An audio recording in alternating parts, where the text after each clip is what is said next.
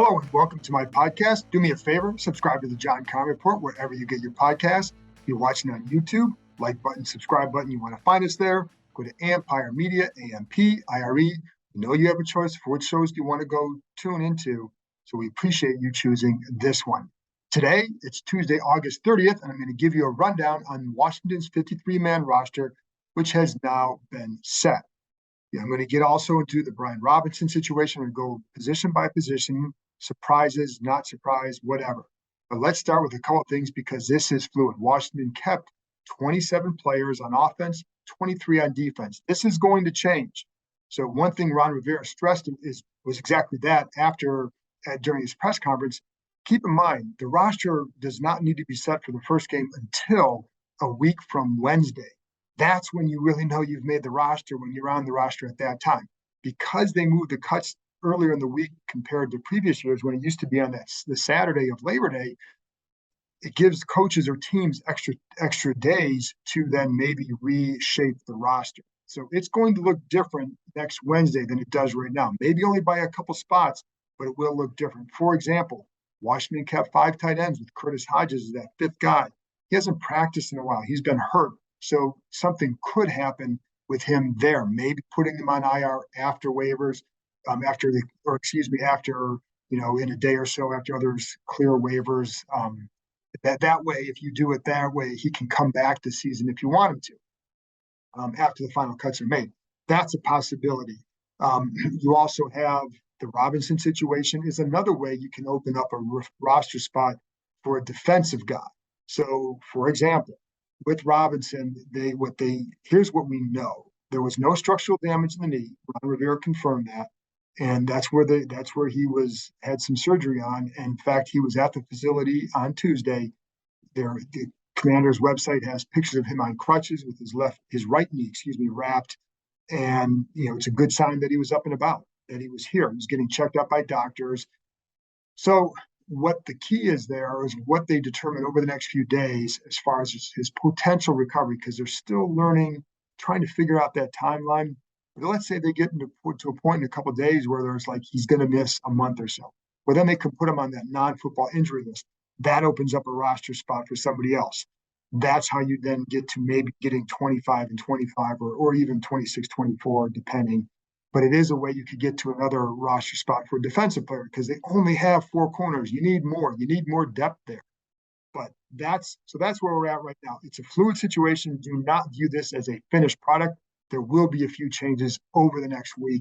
It's almost a guarantee because the way the roster is shaped, you're not going to keep 27 on offense, 23 on defense. It's just the initial process for finalizing this roster. But again, next Wednesday at 4 o'clock, that's when you know you're playing in that or that you'll be on the roster for the opener.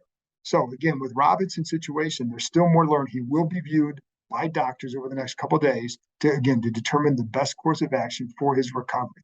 They are optimistic, as we've all been telling you, about his recovery. And part of that was because the wound was clean. And again, there's no structural damage, didn't damage any organs or arteries or whatever. So that's all good.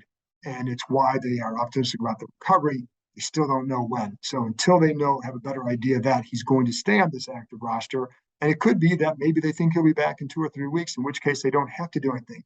But it's why they kept Jonathan Williams. And so let's go to each roster spot. Well, quarterback, obviously, there was no surprises there. So let's get to running back and Williams because he becomes that third running back now with Robinson's in situation still in flux.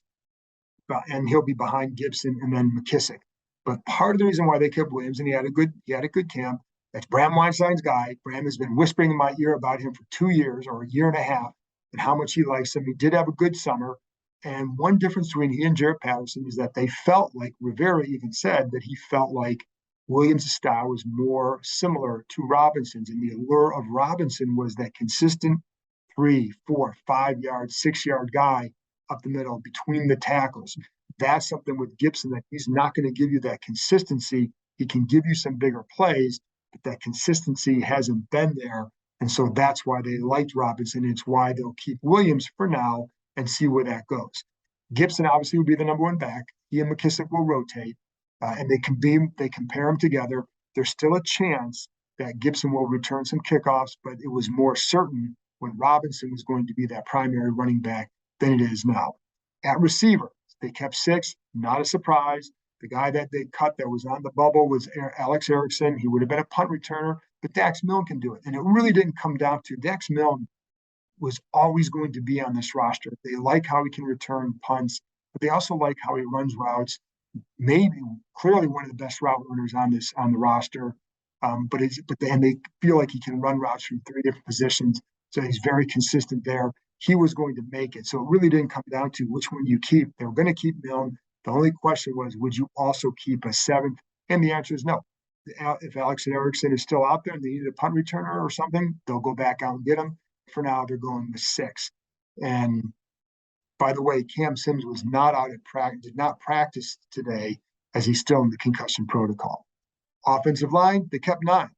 That was not, in fact, all 9 are the ones that I expected to make it. They cut Wes Martin. They put Keith Ismail on injured reserve. I didn't think his play warranted him earning a spot on the 53. So I think it'll be good for him to stick around and see if he can develop from a power standpoint, because that's one thing they wanted to see more from him. Rookie Chris Paul made it. Listen, Chris Paul earned that spot. He was a solid pick. You can still say there's some rawness to his game, still more to learn. But what you did see is a guy that had tools to work with.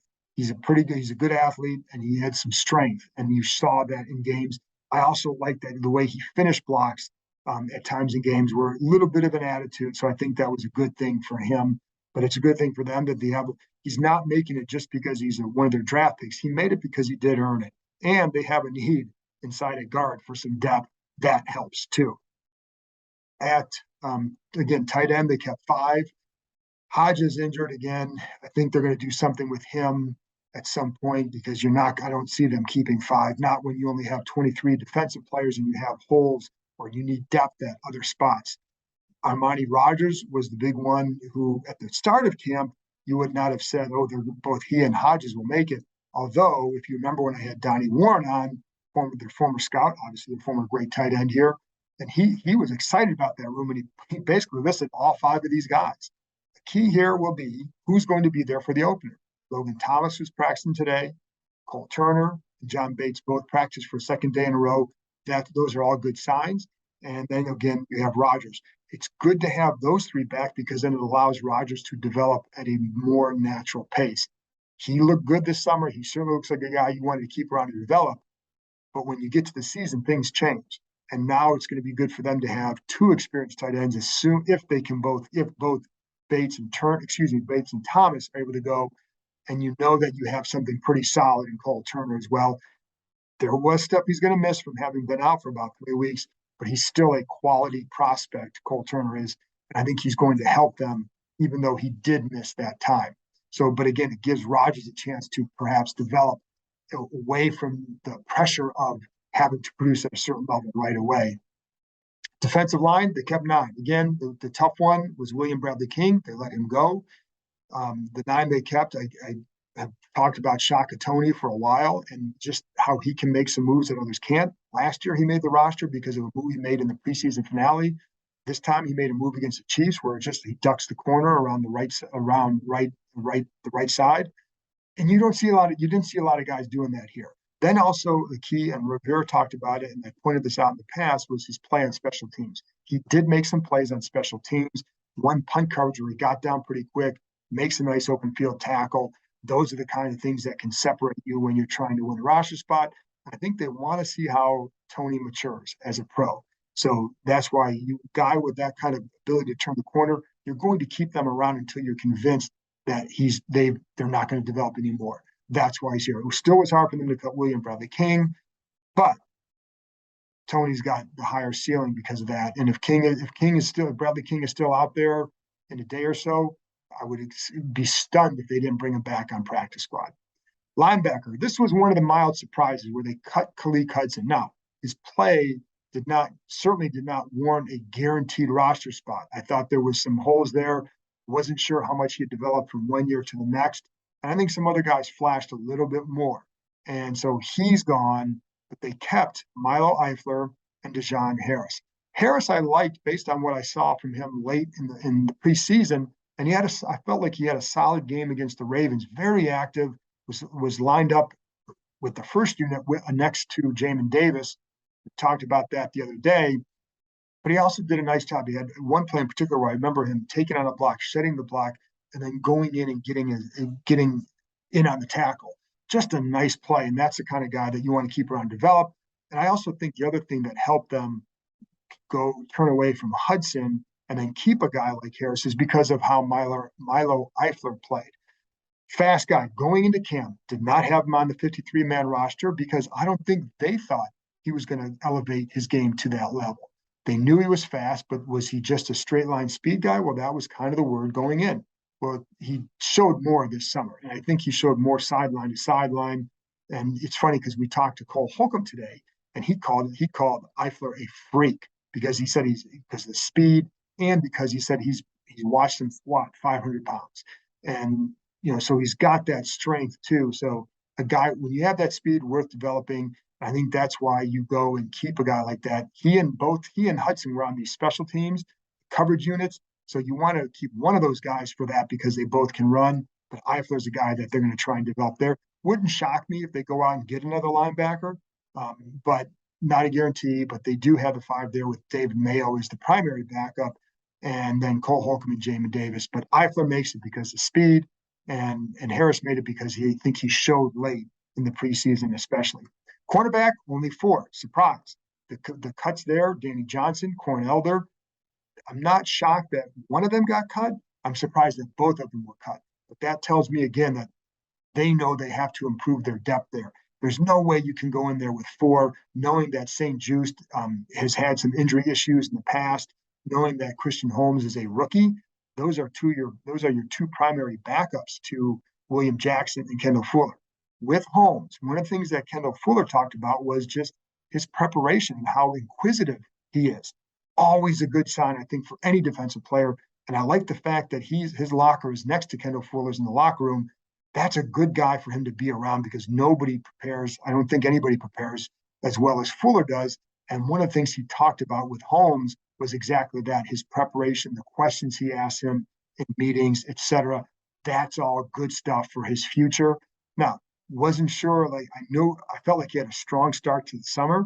Wasn't sure how he progressed, if it would be enough to win a roster spot, but it was. And I think, again, I do think they're going to look for more help at corner. They have to. Again, only 4. That's rare. Safety, 5. No surprises there. The one that should be congratulated is Jeremy Reeves. Because, and I'm going to point out him and Jonathan Williams, because they both traveled these tough journeys to get to this point. Williams, this is his 7th franchise. Now, he's been with Washington 2 different times, but this is he's played with 7 franchises since coming to the league in 2016. So for him to make that 53, it's a huge deal for him. And so kudos to a guy like that for sticking it out. And the same can be said for Jeremy Reeves. He's been with Washington since 2018, after he was cut by the Eagles that summer. He has never made the 53-man roster out of training camp. So, but he earned it. And this is, you saw, I've always liked this kid because I always felt like he played tough and he was smart. His big issue has been size. So he had to play not only tougher, but smarter. That's a hard thing to do. But you could see the comfort level that he has in this defense and in himself based on the way he played. He showed up this summer and he earned a roster spot. The one guy that I wasn't sure about was Stephen Parker. They cut him on Monday night. Wasn't shocked by it, but he was a guy that I know opened their eyes. Could come back on the practice squad if he's still out there in a day. But he's physical, but I think the hard part for him is you had Cam Curl, you had Derek Forrest. You didn't necessarily need another guy like that. You have Percy Butler. So they already had guys who could do what he did. So that would be a reason there, but otherwise, no real surprises at that point. They kept all 8 of their draft picks. Again, when you look individually, not a shock because I think you're clearly going to keep Jahan Dotson. Of course, he's going to be very good. Mathis, of course, Brian Robinson, of course, Butler, Chris Paul played his way on there. I think Christian Holmes was one I wondered about because I think that's the one where you know that they need to get depth. They had some veterans there.